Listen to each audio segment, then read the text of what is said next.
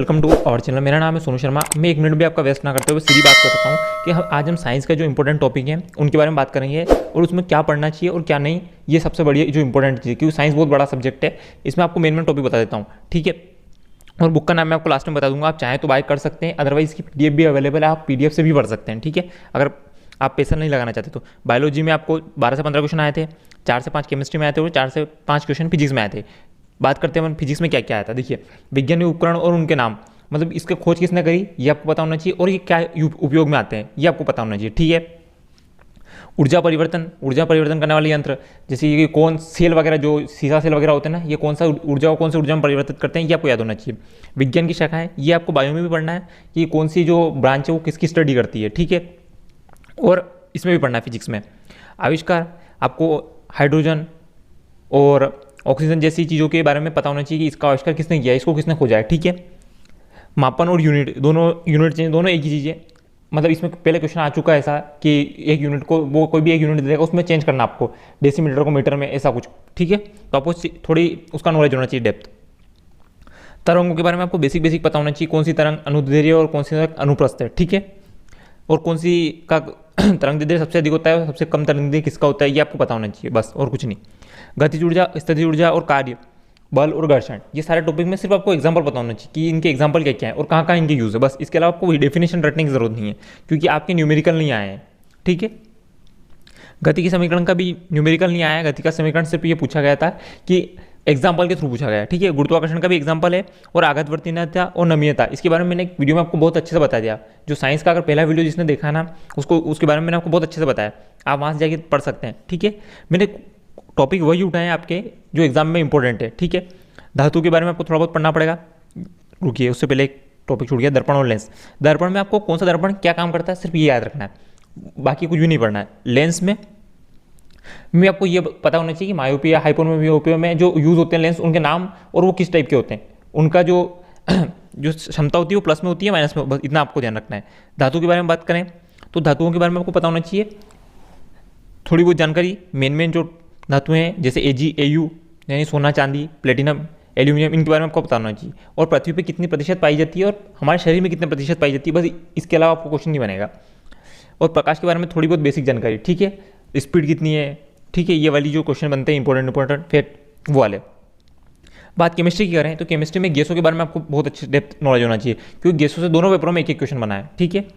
फॉर्मूले जो बेसिक फॉर्मूले, ज़्यादा अंदर नहीं जाना आपको। फिटकरी हो गया, बेकिंग सोडा हो गया, सिरका हो गया, ठीक है, एसिटिक अम्ल हो गया, इन सब के फॉर्मूले आपको बेसिक जो फॉर्मूले हैं वो याद होना चाहिए। धातु क्रिया, यानी धातु कौन सी धातु किसके साथ क्रिया करके क्या बनाती है, ये आपको पता होना चाहिए। सारे नहीं, मैं आपको एक वीडियो बना दूंगा, उसमें 2 या 3 जो क्रियाएं हैं वही एग्जाम में पूछी जाती है। एक के बारे में मैंने आपको एक वीडियो में बताया है, अगर आपने नहीं देखा तो वो देख लीजिएगा। सबसे मोस्ट इंपॉर्टेंट केमिस्ट्री का टॉपिक है वो आवर्त सारणी। आवर्त सारणी में दोनों पेपरों में एक क्वेश्चन आया है, ठीक है। अम्ल क्षार के बारे में मैंने आपको बताया। ऊर्ध्वपातन के बारे में भी आपको ऊर्ध्वपातन में आपको ये नहीं पता होना चाहिए कि क्या है, सबसे मेन इंपॉर्टेंट है इसके एग्जाम्पल्स। जो एग्जाम्पल है कौन से जो ऊर्ध्वपातन के एग्जाम्पल है वो आपको याद होना चाहिए, ठीक है। इलेक्ट्रॉन प्रोटॉन की खोज किसने की, इनका वेट कितना होता है ये आपको पता होना चाहिए। नाभिक के बारे में भी सेम ऐसा ही है। द्रव और तत्व यौगिक, इसके बारे में थोड़ी बेसिक डेफिनेशन पता कर लीजिएगा। उर्वरक के बारे में आपको ये पता होना चाहिए कौन सा उर्वरक का नाम क्या है, बस, और फॉर्मूला क्या है और उसमें क्या क्या होता है। इसके अलावा कुछ भी पढ़ने की जरूरत नहीं है। बायो की बात करें तो सबसे पहले कोशिका जो इंपॉर्टेंट है, बहुत इंपॉर्टेंट पार्ट है ये। कोशिका के बारे में आप जितनी जानकारी हो सके उतनी ज़्यादा लें, क्योंकि बायो बहुत बड़ा टॉपिक है और चैप्टर बहुत ज़्यादा है इसके अंदर, ठीक है। बायो की प्रमुख स्टडी, मतलब मैंने आपको पहले ही बता दिया कि इसमें जो शाखाएं हैं वो कौन कौन सी हैं वो आपको पढ़ना पड़ेगा। पोषक पदार्थ, प्रोटीन, वसा, विटामिन आदि के बारे में आपको पता होना चाहिए। विटामिन, कौन सा विटामिन क्या करता है। प्रोटीन के बारे में थोड़ा बहुत जानकारी होना चाहिए। रक्त के बारे में बिल्कुल डेप्थ नॉलेज होना चाहिए, क्योंकि क्वेश्चन आया इससे, रक्त और उत्तक दोनों से क्वेश्चन बना हुआ है, ठीक है। खाद्य पदार्थ और खाद्य फसलें, यहाँ से लास्ट टाइम में 2 क्वेश्चन बने, दोनों पेपरों में 2 क्वेश्चन बने, ठीक है। मोस्ट इंपॉर्टेंट टॉपिक ये आपको इन्वायरमेंट वाले में पार्ट में मिलेगा, जो साइंस का इन्वायरमेंट वाला पार्ट होता है ना उसमें मिलेगा। आँख से 2 क्वेश्चन बने, आँख से 2 जो क्वेश्चन बने उसमें एक जो है यहाँ से भी आप देख सकते हैं, कौन सा लेंस वाला जो पार्ट है वो आँख का से ही रिलेटेड है, तो आप दोनों को मिला के 2 क्वेश्चन बने, ठीक है। रोग से दोनों पेपरों में 3-3 क्वेश्चन आए, 3-3 क्वेश्चन दोनों पेपरों में आए। तो रोग से तो आपको पता ही होना चाहिए कि कौन कौन से रोग मनुष्य के शरीर में, वायरस से हो गए, वायरस, विषाणु, जीवाणु और जो अनुवांशिक रोग हैं उन सब के बारे में पता होना चाहिए, ठीक है। इसके अलावा मनुष्य शरीर के बारे में आपको सब कुछ पूरी जानकारी होना चाहिए, काहे कि मनुष्य शरीर के बारे में, ठीक है। मनुष्य शरीर के बारे में जो 5-6 आपके परिसंचरण तंत्र हो गया, जो जितने भी तंत्र है, उत्सर्जन तंत्र हो गए, जितने भी तंत्र है ना, ये आपको पढ़ के जाना पड़ेंगे एक बार, ठीक है। और चार्ल्स डार्विन के बारे में आप थोड़ा सा पढ़ लीजिएगा, इनकी बुक्स वगैरह के बारे में।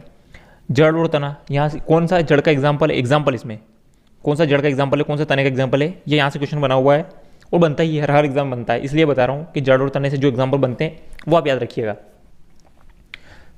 शुगर कौन सी होती है, सुक्रोज, फ्रक्टोज, इन सब के बारे में, कौन सी सबसे मीठी होती है, कौन सी सबसे फीकी होती है, कौन सी शरीर में पाई जाती है, कौन सी पेड़ों में पाई जाती है, ये सारी जानकारी आपको होना चाहिए, ठीक है।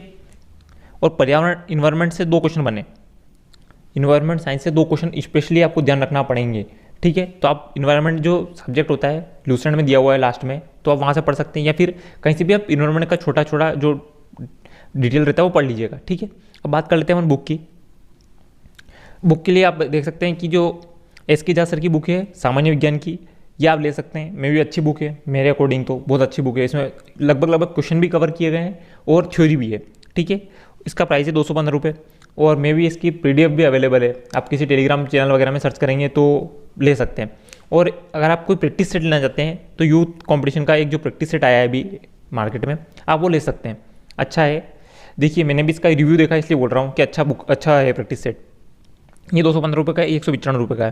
देखिए इसकी प्राइस 146 है, लेकिन 50 रुपये आपको चार्ज लगेगा, डिलीवरी चार्ज। अगर आपके आसपास कहीं अवेलेबल है तो वहाँ से ले सकते हैं, अदरवाइज़ मैं आपको लिंक अपलोड कर दूंगा दोनों के, तो आप वहाँ से भी बाय कर सकते हैं, कोई इशू नहीं है। आप चाहें तो मार्केट से ले लें, क्योंकि ऐसा कुछ नहीं है, सिंपल सी बात है कि इसकी तो PDF मिल जाएगी आपको, अगर आप PDF ढूंढेंगे ना तो इसकी PDF मिल जाएगी सामान्य विज्ञान वाले की, तो ठीक है। पर ये बुक तो नहीं है तो इसका PDF मिलना मुश्किल है, इसलिए आपको अगर आप प्रैक्टिस सेट खरीदना चाहते हैं तो ये प्रैक्टिस सेट अच्छा है, ले सकते हैं, एक ही प्रैक्टिस सेट अवेलेबल है मार्केट में। थैंक यू, इसी के साथ वीडियो का एंड करते हैं।